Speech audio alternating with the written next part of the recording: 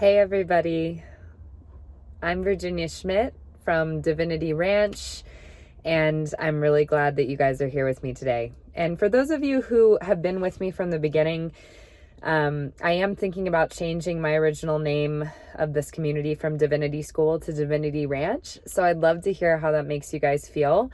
I've just kind of felt a calling that's kind of the vibration and energetic signature of the holisticness of what I'm looking to create here. So I'd love to hear you guys' opinions about that. This is Peter behind me. Peter, do you want to say hi, bud? That's Mr. Peter. And Rosalind, we'll see if we see her. Oh, there she is. So I wanted to take just a second to talk about responsibility. And it's something that I think the very first time that I heard it broken down like that, like responsibility, was actually in the book The Subtle Art of Not Giving a Fuck by Mark Manson, which I would highly recommend and maybe you've thought, oh, like that's too poppy, it's too like pop psychology, or you think it's actually about not caring about things, as the title might imply. But take it from me, if you find yourself here and you're watching this video, that video is coming into your awareness for a reason, and you might, that book is coming into your awareness for a reason, and you might like it. It's not what you think, just like everything, right? Things are never what they seem, and it's honestly one of the most deep, profound books I've ever read.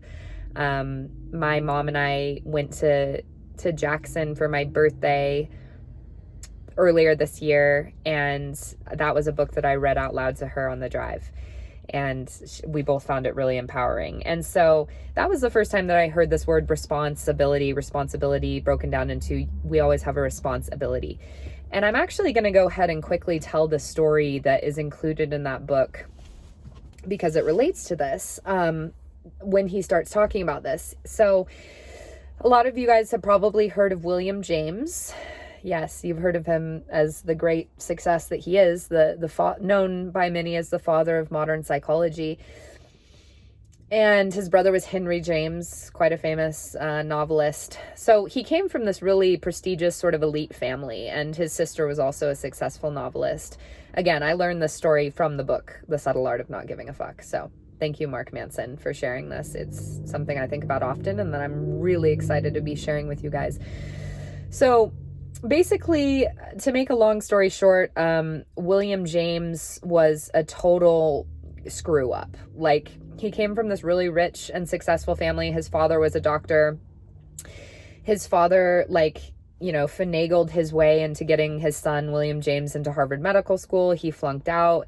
He tried so many things, and he just kept failing. Like, he tried to go on this big expedition to South America, ended up getting so sick there, to prove himself, ended up getting so sick he almost died, and kind of had to come home with his tail between his legs, and all these things. And so it got so bad, his life got so bad, to the point where he was ready to commit suicide.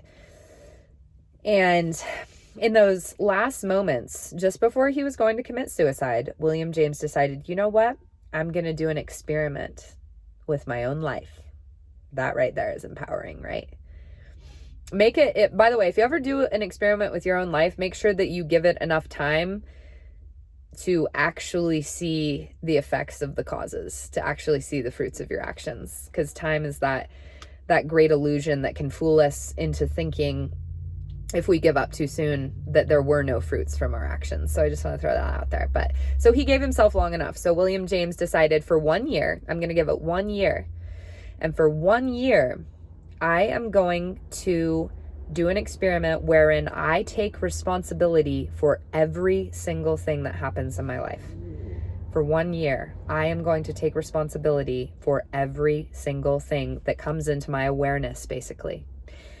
Well, you know how the story goes from there. So that was his experiment. He never considered committing suicide again. He ended up being the father of 5 children. I believe one of his children became a Pulitzer Prize winning author. He became the father of American psychology. And William James, great one to read. I haven't read near as much of him as I would like, but he has some great things to say. So, and Gary Zukov talks about in Seed of the Soul that he's using medical terminology, but really in a lot of ways, William James was also a mystic.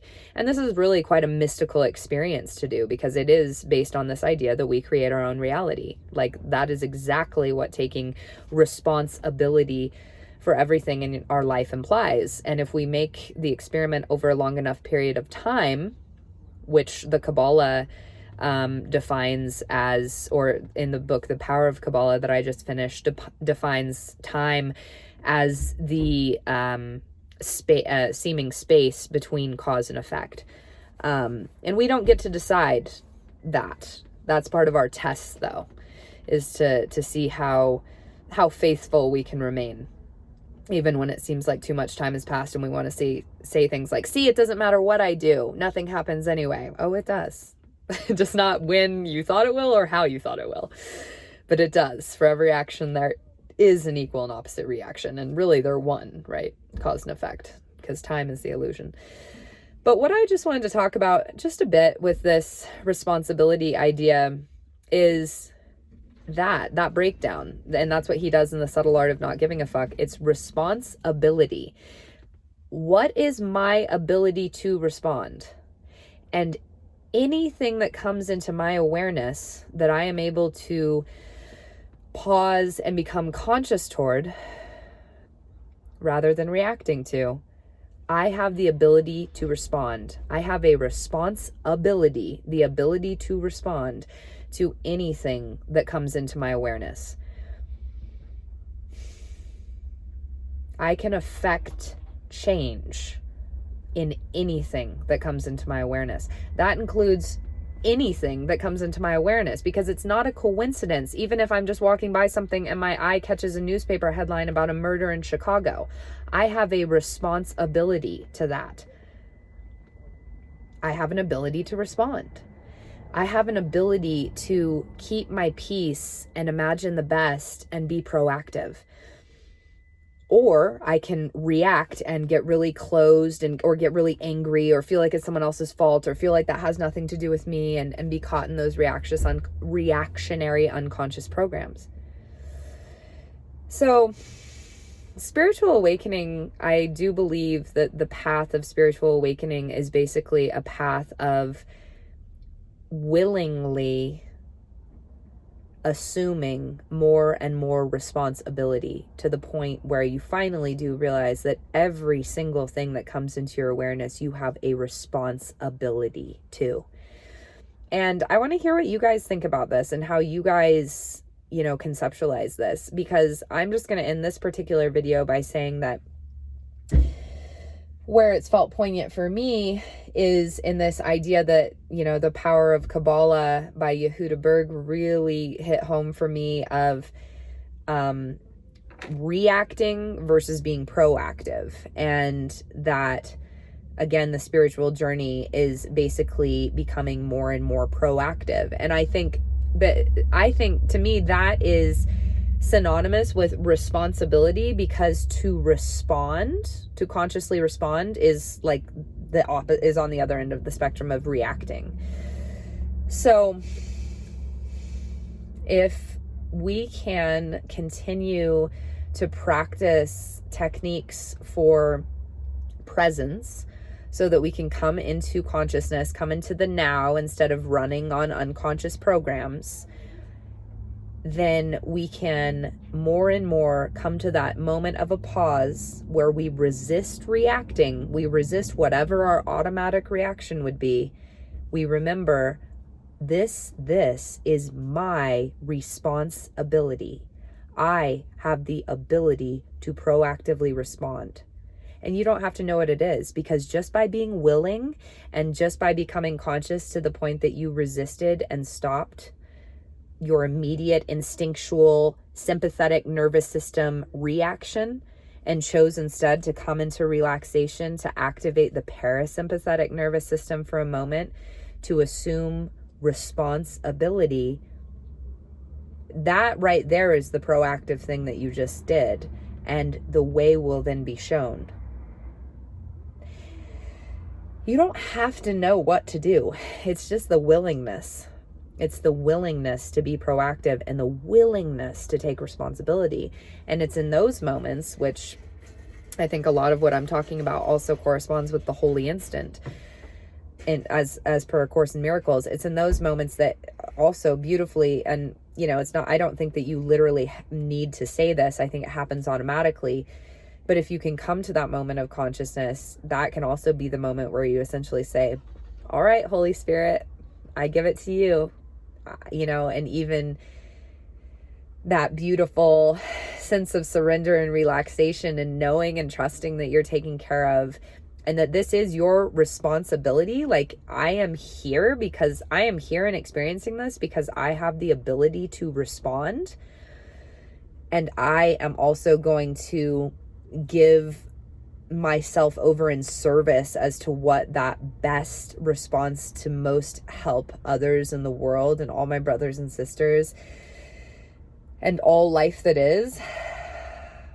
I am going to give that responsibility that I have in service to the Holy Spirit and the divine. I am willing to assume my responsibility, and I am giving that over as far as whatever it specifically is, because I'm willing to assume the responsibility. I'm giving over whatever that specific response is to the Holy Spirit. And in that, it comes naturally. Like, it's so much simpler than we think. We make everything so much harder than it is, and that is reactionary. Because if everything is our responsibility, then anything that seems, hard or difficult or triggering, we can be so thankful for because we have the ability to respond differently. And the fact that we have been and to take responsibility for the way that we've reactionarily, unconsciously been reacting up to that point. Like, that's really beautiful. We have the responsibility to change and take accountability for everything that comes into our awareness, which means, if things are really hard and terrible and stressful, awesome. That's so amazing that that's my responsibility, because I have the ability to respond differently to this moment where I'm feeling all this stress and like I'm going to freak out, and instead to take a sigh, loosen my jaw, shake it out a little bit and relax. Accept my responsibility. Look for a proactive response rather than a reaction. Look for a proactive response. Give that over to the Holy Spirit. And wow, that's so cool. Because these things are my responsibility, everything that's in my awareness, I have the ability to respond. And I have the ability, for instance, then I have the responsibility to make my life, to create my life and experience my life and be my life in a more easy, flowing, blissful, calm manner. Like, that's my responsibility that determines that. I love that. I don't know about you guys. I mean, I've just been sitting here in my car. I'm sitting by a UPS store, and before I started recording this video, I was just watching people because I wasn't sure where I was going to go next. So I was taking a pause and, watching people like ready to get out of the car before it even parks, which I'm sure that I do things like that all the time when we're not present. We're not being proactive. We're being reactive. And it's like, you can just see how powerful this is. It seems so simple, but it would change that person's whole life experience for the next however long.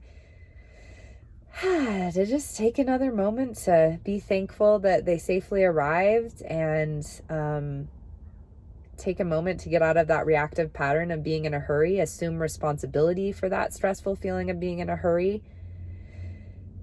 and take the responsibility to be proactive in that moment instead. Really simple little things, you guys. It's moment to moment. But anytime that we feel that tightening, that sympathetic nervous system wanting to be activated, that closing, that stress, like whenever we feel that inside, that's the perfect moment to come back out of that reactionary pattern, to take responsibility for doing something proactive which is just to observe yourself and observe that there is another way and that you're willing to see what it is. So it's the little things, guys. It's the little things. And that's how we start practicing for the big ones. All right. I love you guys so much. I hope you're having a fantastic December. I'm so glad you're here. And